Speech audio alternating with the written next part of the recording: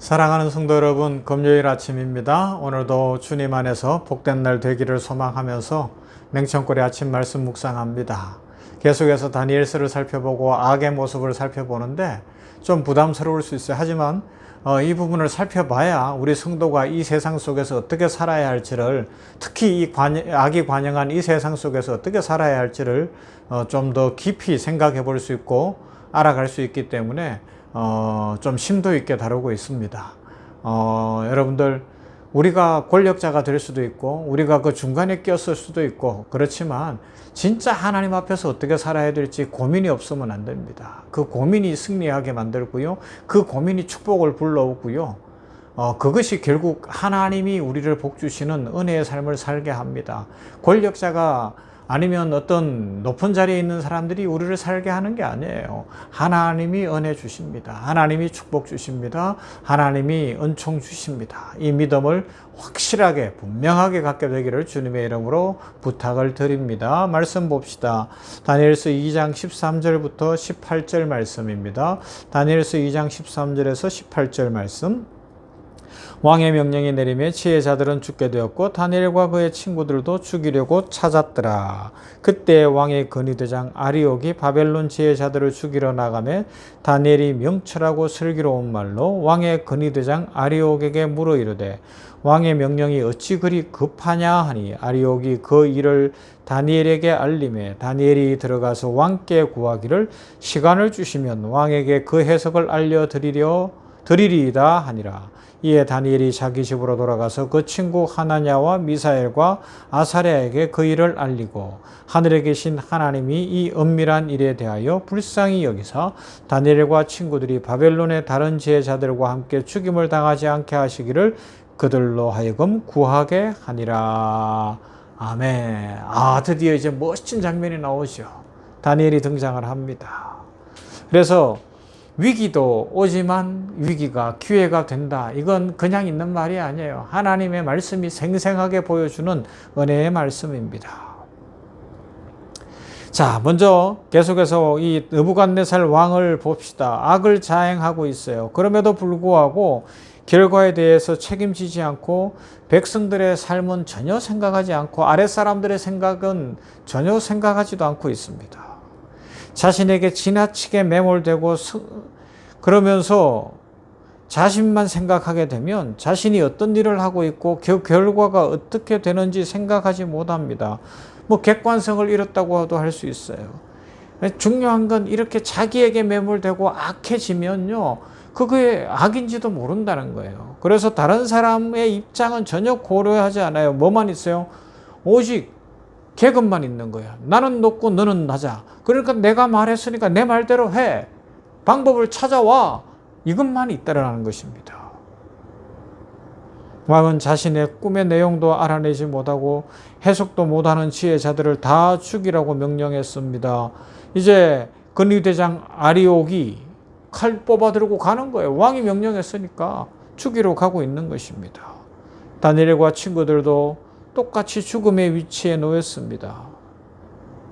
자, 여기서 먼저 다시 한번 절대 권력이 어떤 건지 보면, 그것이 타락하면 가장 이 지금 느부갓네살 모습, 성경을 이번 한 주간 내 다니엘서 2장 1절부터 여기 18절까지만 읽었는데 한번 다시 보세요.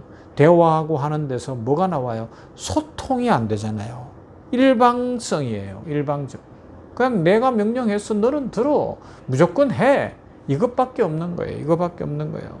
다른 사람들의 이야기를 듣지 않습니다. 그래서 사람이 조그마한 권력이라도 갖고 있으면 세 가지 무능함을 보여준다고 이야기합니다. 한나 아렌트는 예루살렘의 아이만에서 이 세 가지 무능에 대해서 사유의 무능력, 첫 번째 사유, 생각의 무능력이 온다는 거예요. 생각할 줄 모른다는 거예요. 자기 스스로 고정돼 버리는 거예요. 그리고 언어의 무능력, 명령만 있는 거예요. 고집만 있는 거예요. 그 다음에 판단의 무능력을 이야기합니다. 판단할 수가 없는 거죠. 이 느부갓네살 왕의 언어는 단순히 오늘 성경에서도 보여주는 게 뭐예요? 사실 전달밖에는 못하는 거예요. 내용 전달밖에는 못하는 거예요. 자기 의사 표현인데 자기의 그냥 감정 표현밖에 못하고 있는 거예요. 그러나 우리가 아는 것은 언어는 단순히 내용을 전달하는 도구로 그치지 않습니다. 인간은 언어를 통해서 경험을 형성하고 세계와 관계 맺음을 시도하지 않습니까? 왕의 말하는 능력은 술사들과 대화에서 드러나야 됐어요. 특히 왕이 생각하는 과정과 그 결과가 자신의 언어를 통해서 드러나야 했습니다. 그런데 왕은 사유의 무능함으로 말미암아 말하기에 무능함이 같이 나타나는 거예요. 그래서 왕의 말은 어떤 말이 됐어요? 죽이는 말이 되는 거예요. 다 죽여라가 되는 거예요. 내 말대로 안 하면 다 죽을 거야. 내 말대로 안 하면 다 밥줄 끊어버릴 거야. 내 말대로 안 하면 그 장관 자리에서 내려와야 될 거야. 내 말대로 안 하면 너는 국물도 없어. 죽음으로 결론 나는 이런 말, 소통 없는 말, 이게 권력이 악해지고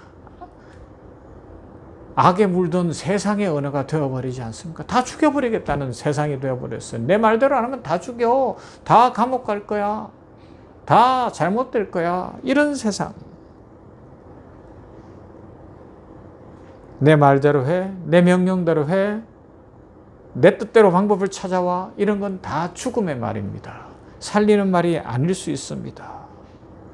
그리고 왕은 자신의 관점에 매몰되어서 타인의 생각과 말에 소통하지 않았어요. 그래서 술사들과 지혜자들의 입장을 전혀 이해하지 못했습니다. 다른 사람들의 말을 듣고 이해해 보려고 하지 않았어요. 이런 타인의 입장에서 사물을 볼 수 없는 무능함은 결과적으로 인간이 기본적으로 가져야 하는 판단 능력의 무능함으로 나타나는 것 아니겠습니까? 그 결과가 뭐예요? 바벨론의 지혜자들 다 죽이라는 거예요. 그러면 자기 신하들, 지혜자들 다 죽이면 그 다음은 어떻게? 자기도 끝나는 인생이 되는 거예요. 다른 나라가 야 저기 신하들이나 다 죽었다. 그러면 전쟁을 일으키면 어떻게 느부갓네살 혼자서 뭘 할 거예요?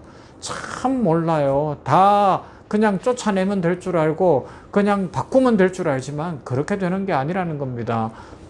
시간 속에 이 과정 속에 경험 속에 지혜들이 나오는 거거든요. 그런데 오늘 성경을 보세요. 다니엘은 이걸 위기로 만들잖아요. 오늘 특별히 14절 그때 왕의 근위대장 아리옥이 바벨론 지혜자들을 죽이러 나가며 다니엘이 명철하고 슬기로운 말로 이렇게 말해서 결국은 어떻게 해요? 왕한테도 아무하고도 소통보다는 왕하고도 대화가 됐네요. 이런 은혜 주시기를 소망합니다. 우리 성도들이 우리 모두가 저를 비롯해 모두가 이런 은혜 입으십시다. 소통할 수 있는 은혜 있게 되기를 바랍니다. 아무리 악한 자라도 여러분들의 말을 들어주는 역사가 일어나기를 주님의 이름으로 축원합니다. 그러면서 한 가지 더 생각해 볼 수 있는 게 뭐예요? 인생이 참 더덥다는 생각도 해보지 않습니까? 3년을 공부하고 포로로 잡혀와서 뭔가 해보려고 하는데 죽음의 위기가 다가와요. 그래요. 이게 현실일 수 있습니다. 그러나 실망할 필요는 없어요. 어제 살펴본 대로 드디어 신이 등장해야 되거든요. 살아계신 참 하나님이 등장해야 되는데 그러기 위해서 하나님이 짠 하고 나타나는 것이 아니라 하나님 앞에 신실한 다니엘을 통하여 하나님이 나타나시기 때문에 하나님의 백성들은 삽니다. 하나님의 나라는 이루어집니다. 하나님의 역사는 이루어지게 되어 있습니다. 여러분 살다 보면 뜻하지 않은 어려움을 겪을 수 있어요. 말할 수 없는 비참한 처지에 처할 수도 있어요. 그때 형편이 어렵다고 피곤해질 필요가 없습니다. 돕는 이가 없다고 원망하거나 불평할 필요도 없습니다. 그 시간에 하나님 바라보면 됩니다. 다니엘처럼 선한 말을 할 수 있는 사람, 마음을 누그러뜨릴 수 있는 말을 할 수 있는 사람들이 될 수 있도록 하나님 앞에 나아가십시다. 왕의 권력은 악을 일상화해서 백성들을 파괴하고 두려움에 떨게 했지만 다니엘의 그 믿음은, 그 지혜는 선을 행함으로 모두를 살리는 길로 이제 이끌어가고 있어요. 이건 다음 주에 살펴볼 거예요. 여러분, 선한 사람들이 일어납니다. 그 선한 사람들이 우리 저와 여러분들이 되어보시지 않겠습니까? 악한 자들의 말을 누그러뜨릴 수 있고 그들의 마음을 변화시킬 수 있고 결국은 하나님 앞에서 방법을 찾아내고 길을 열어가는 사람들 말입니다. 그런 사람들이 오늘도 믿음 안에 많이 있어요. 세계 곳곳에 있어요. 그래서 지금 세상은 살아가고 있는 줄로 믿습니다. 그 대열에 오늘 냉천골의 아침 말씀 묵상하는 모두가 합류하셔서 살려내고 생명의 말을 하고 죽음의 말, 명령의 말이 아니라 다친 말이 아니라 살리는 말, 축복의 말을 하며 우리 세상을 살기 좋게 만들어가는 은혜와 축복이 여러분들에게 임하고 우리 교회에 임하고 우리 자녀들에게 임하는 은혜와 복이 있기를 주님의 이름으로 축원합니다. 사랑 많으신 아버지 하나님 감사합니다. 은혜 주셨습니다. 이 한 주간에 이 권력의 악, 느부갓네살의 이 억지 같은 모습 속에서 권력이 타락하면 어디까지 갈 수 있는지도 생각해보고 이 사유의 무능력, 언어의 무능력, 이 해결하지 못하는 그런 무능력의 모습들을 봅니다. 아버지 하나님, 판단의 무능력을 봅니다. 우리들 그런 악한 자들을 보면서 불쌍히 여기게 하여 주시옵시고 혹시라도 우리가 어떤 자리에서 사유의 무능력, 언어의 무능력, 판단의 무능력의 자리에 가지 않도록 아버지 우리들 겸손하게 해주시고 다니엘처럼 아름다운 말, 지혜로운 말로 살리는 삶을 살아갈 수 있도록 복을 내려 주시옵소서. 이 대열에 우리 병원교회가 합류하고 제가 합류하고 우리 성도들이 합류하여 어느 곳에서나 악을 누그러뜨리고 악을 물리치며 아버지여 흥분을 깔아앉히며 살리는 역사들을 일으킬 수 있도록 복을 내려 주시옵소서. 우리 성도들 가정마다 복 주시고 자녀들을 복 주시어 이 악한 세대, 죽어가는 세대 속에 살리는 언어와 살리는 인생을 살아가도록 축복하여 주시옵소서. 하나님, 효산의료재단 샘병원 공동체를 축복하시고 오늘도 경영위에 그리고 진료위에 함께 하시어 살리는 일을 잘 감당하도록 아버지 하나님 지혜와 능력으로 의사, 간호사, 진료지원, 행정부 모든 직원들, 이사장님을 비롯한 병원장님들 모두에게 부어 주시옵소서. 예수님 이름으로 기도하옵나이다. 아멘. 찬송합시다. 386장 만세반성 열린 곳에 찬송합니다.